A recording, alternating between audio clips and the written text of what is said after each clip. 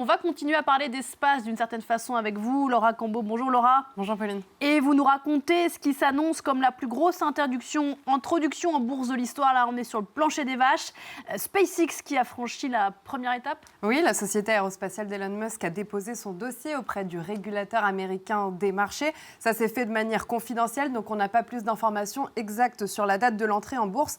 Mais Pauline, selon des médias américains, c'est prévu pour juin. Alors quel est l'intérêt d'être en bourse ? Eh bien, le premier objectif, c'est de financer la croissance en vendant des actions. Ça permet aux entreprises de ne pas s'endetter. Et on sait que SpaceX a besoin de milliards de dollars pour financer les projets fous d'Elon Musk. Par exemple, mettre en orbite des centres de données de la taille de terrains de football, établir une base sur la Lune ou encore envoyer un homme sur Mars. Mais ça, c'est pas pour tout de suite. Eh oui, on en parlait. Pourquoi est-ce que SpaceX en bourse, c'est important ? Parce que c'est une entreprise qui va attirer les investisseurs. On vous le rappelle, elle a été fondée en 2002 par Elon Musk, qui est toujours le patron et le principal actionnaire. SpaceX est en fait devenu un acteur incontournable de l'industrie aérospatiale, notamment grâce à ses fusées Falcon, qui ont déjà effectué des centaines de vols. On rappelle ses principaux clients très prestigieux, la NASA, le ministère américain de la Défense, les agences spatiales ou encore les sociétés de satellites commerciaux.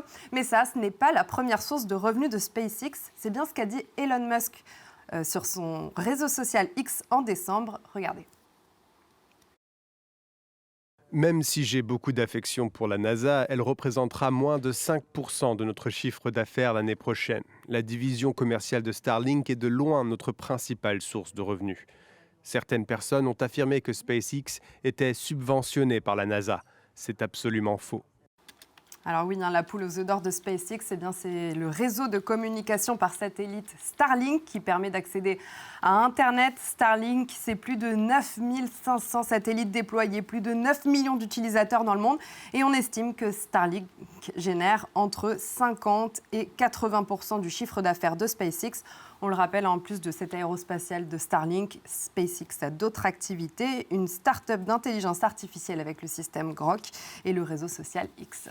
SpaceX est donc un géant qui va s'introduire en bourse. Combien est-ce qu'il pourrait lever sur les marchés ? Selon les estimations du site The Information, SpaceX espère vendre pour 75 milliards de dollars de titres. Le record serait tout simplement explosé. Ce serait le triple de la plus grosse levée de titres jamais réalisée. Le record est détenu par Saudi Aramco, le pétrolier saoudien, qui avait amassé plus de 25 milliards de dollars. C'était en 2019. Si la levée de fonds est très importante, c'est parce que la valorisation de SpaceX est colossale. Oui, d'ailleurs, et en entrant en bourse, SpaceX va se faire estimer par les marchés, notamment par les banques d'affaires.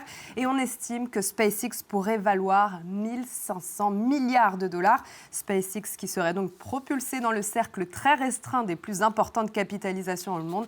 Vous le voyez, on estime qu'il serait à la 7e place, après le fabricant de puces TSMC et avant le pétrolier Saudi Aramco.